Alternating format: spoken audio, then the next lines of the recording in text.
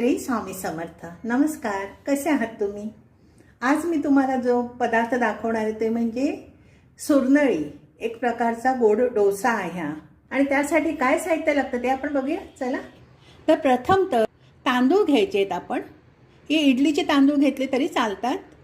हे एक मोठा बाउल भरून इडलीचे तांदूळ, त्यानंतर दही अर्धी वाटी, उडदाची डाळ अर्धी वाटी, खोबरा अर्धी वाटी, मेथी 1 टेबलस्पून, पोहे 1 वाटी आणि गूळ अर्धी वाटी, हळद, मीठ आणि तेल.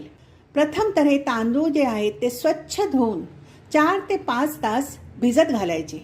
मेथी आणि उडदाची डाळ ही दोन्हीही स्वच्छ धुवून भिजत घालायची. आणि जेव्हा आपण हे सर्व वाटू त्याच्या अगोदर अगदी अर्धा तास पहिली हे पोहे भिजत घालायचे.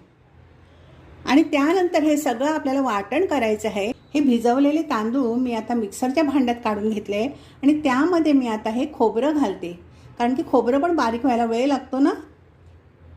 आणि आता हे तांदूळ आणि खोबरं पहिले आपण वाटून घेऊया. हे तांदूळ आणि खोबरं मी बारीक केलेलं आहे. आता ह्याच्यामध्ये जे भिजवलेले आपण आहे ते पोहे, उडदाची डाळ आणि मेथीचे दाणे घालूया. आता हे पण आपण वाटून घेऊया बारीक. आता ह्याच्यात आपण दही घालूया, गूळ घालूया आणि हळद घालूया. आणि आता हे सगळं बारीक करून घेऊया.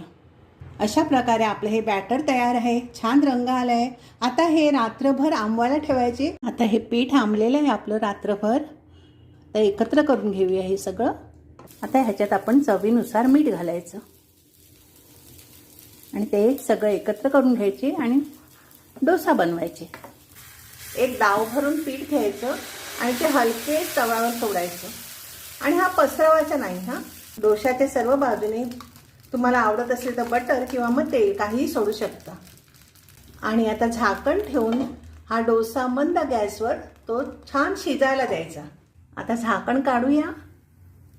बघा किती छान फुगलेला आहे तो. ना त्याच्यात अंडी आहे, ना सोडा आहे किंवा मैदा पण नाही आहे. जाळी पडलेली आहे. आता आपण तो परतवूया. बघा काय सुंदर, किती सुंदर कलर आलाय. किती छान फुगले. तुम्हाला दिसतोय की नाही माहीत नाही, पण खूप छान झालेला आहे. आता दुसऱ्या बाजूलाही भाजून घेऊया. बघा किती सुंदर झालाय तो. काढूया आपण. त्याप्रमाणे पॅनकेकवर चॉकलेट सॉस किंवा मध घालतात, मी हा गुळाचा पाक घालते. असे हे सुरनळी म्हणजेच पॅनकेक तयार आहेत. त्याच्यावर गुळाचा पाक घातलेला आहे.